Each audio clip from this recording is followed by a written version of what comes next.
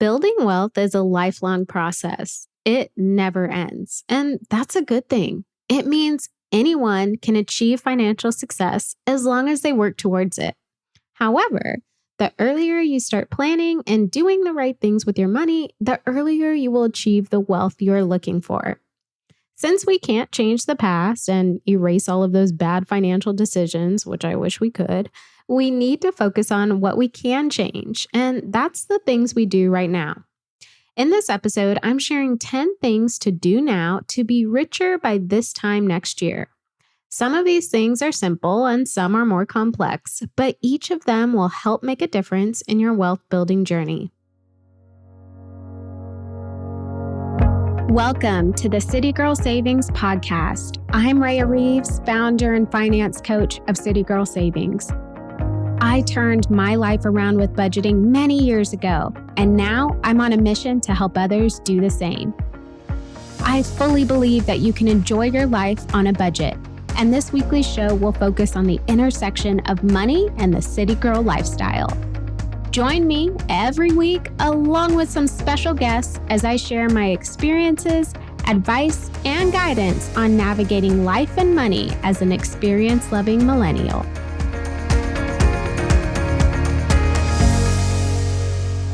The first thing to do now to be richer by this time next year is to set up an automatic savings transfer. Now, before you roll your eyes, just hear me out. If you already have automatic savings transfer set up, but you constantly need to pull money out of your savings, you probably need some tweaking. Refer to your budget to see where you're overspending.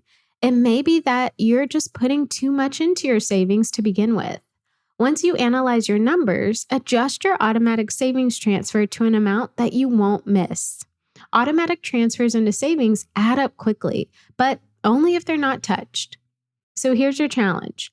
Open up a high-yield savings account with Ally, Synchrony, American Express Bank, and then review your numbers to determine a consistent amount to transfer into that account. Remember, the amount is something that shouldn't be missed. Set up the transfers and don't look at the account until 1 year after it was opened. I guarantee you will certainly be richer in a year. Next thing to do is to cut back a few more expenses just for a year. Remember that episode I did about delayed gratification? Well, now is the time to practice it. Go without cable. Cancel your gym membership and work out at work or your housing complex. Downgrade your cell phone data plan.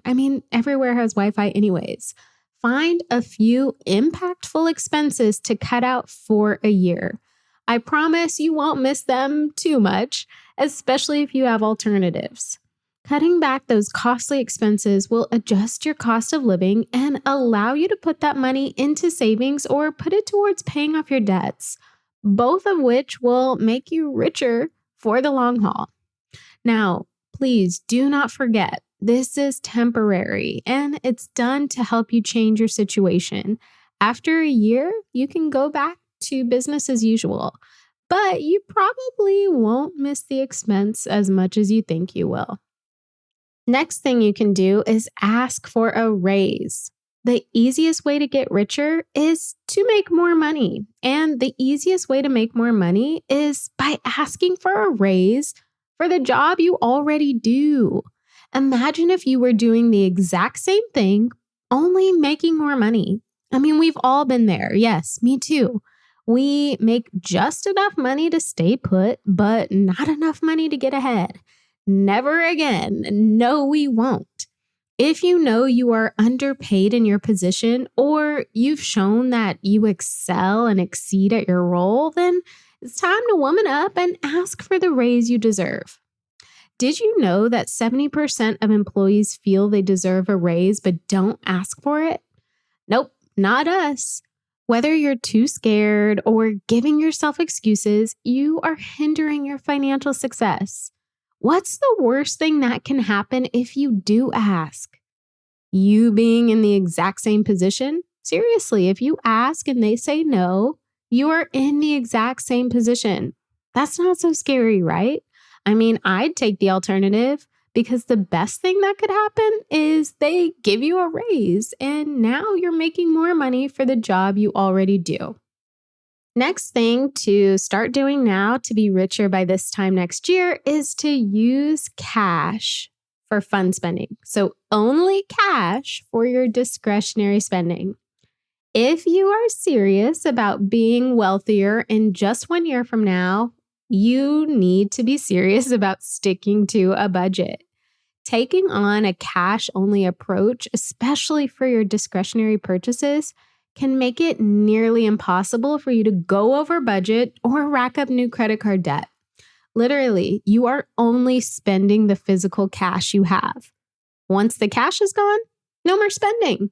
And you'll probably spend less when you're using cash because when you have to physically part ways with your cash or physically count it in your hand, you subconsciously cringe. You will start really thinking about those fun purchases and evaluating if it's worth it in an attempt to keep as much cash on you as possible. Give cash-only spending a try for your discretionary spending and watch the magic happen.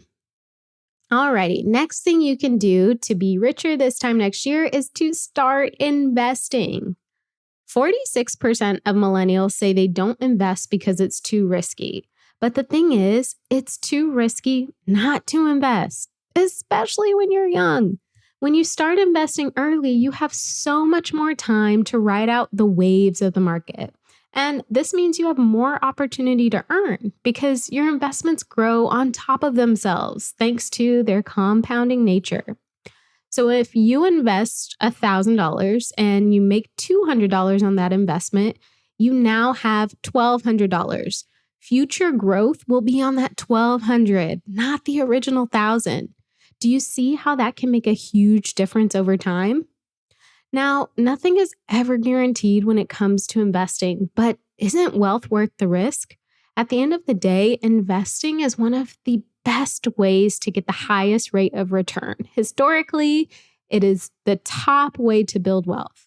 Now, if you don't know where to start, I recommend setting up a general investment account with Betterment.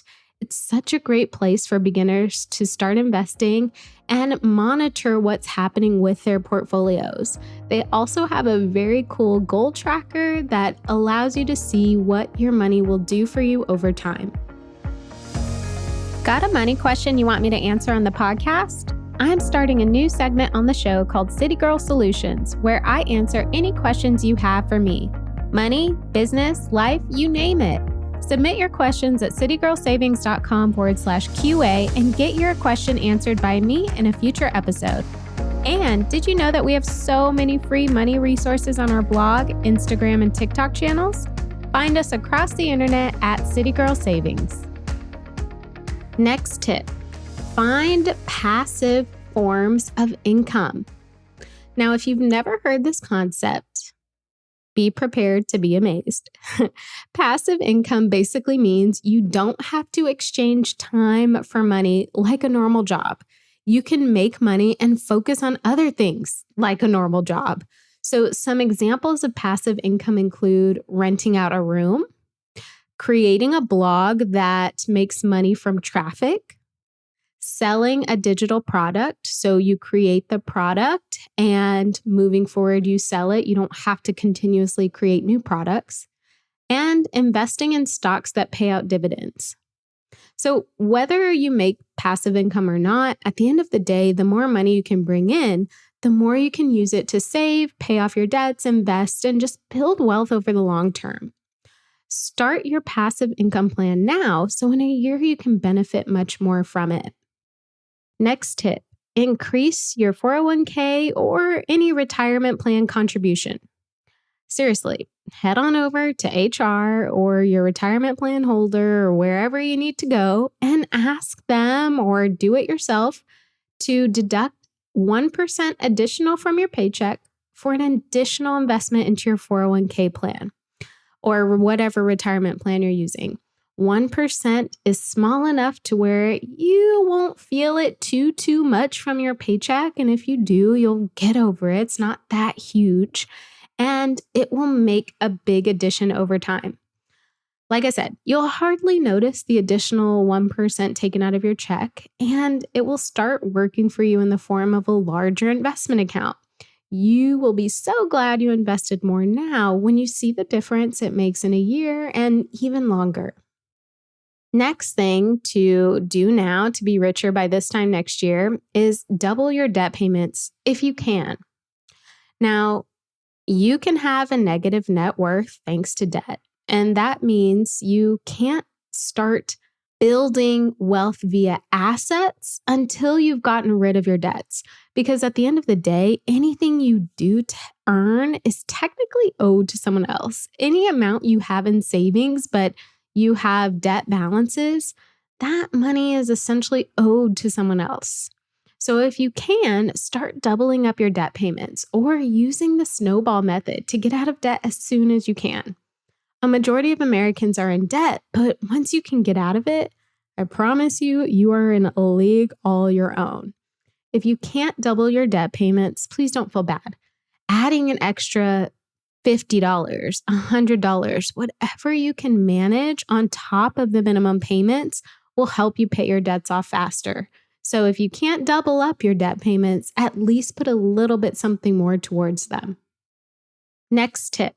Start consuming content that helps and not hurts, okay? So unfollow any social media accounts that make you feel bad or make you feel like you're not living a lavish life or make you feel anything but positive and inspired. Then read personal finance or self-development books. You can also listen to them via audiobooks. Limit the TV you watch, especially if you like reality shows, which I will admit I'm guilty of liking a few of them. But the more we consume TV, especially trash TV, the less we are consuming on things that will actually help us grow. Other ideas, continue listening to this podcast or any other helpful podcasts that allow you to think clearly, to get inspired, to take action. Limit your conversations with negative people. I know I've said this before, but it's true. Jim Rohn said you are the average of the 5 people you hang around. So if you're constantly hanging around or conversing with negative people, you are probably a negative person. And that is not conducive to the growth you're trying to make, to building wealth. When you start consuming information that helps you grow, you'll start growing faster. And my final tip for you is this: go on a spending fast. So if you're wondering what the heck that means, read The Spender's Guide to Debt-Free Living. In that book, author Anna Jones went on a no-spend spree for a year. And in that year, she was able to get out of debt, build a savings, and improve her quality of living. Now, I'm not saying to go on a spending fast or a no-spend spree for a year, but try it for a week, then try it for 2 weeks, then try it for a month. If you have never followed a budget before or you tend to constantly overspend, a spending fast can help you build up a cash reserve. Combine the spending fast with an increase in income, and I promise you will be unstoppable. Again, start slow with your spending fast. Give it a week. Then try for 2 weeks. Then try for a pay period or a month. Whenever I need to get my spending in check or just get back on track with my budget, I do a spending fast. So there you have it. 10 things to start doing right now to see growth in your wealth in the next year. You are worth the life that you want to live, and it's worth working towards. So hopefully you can start implementing some or all of these things today. Thank you so much for tuning into City Girl Savings today. I hope you feel empowered and inspired to master your money as you make your way to your dream life. Make sure you subscribe so you're the first to know when a new episode comes out. I truly value your thoughts and feedback, so please leave a review and let me know how this podcast has impacted you. Can't wait to chat soon and make it a great day.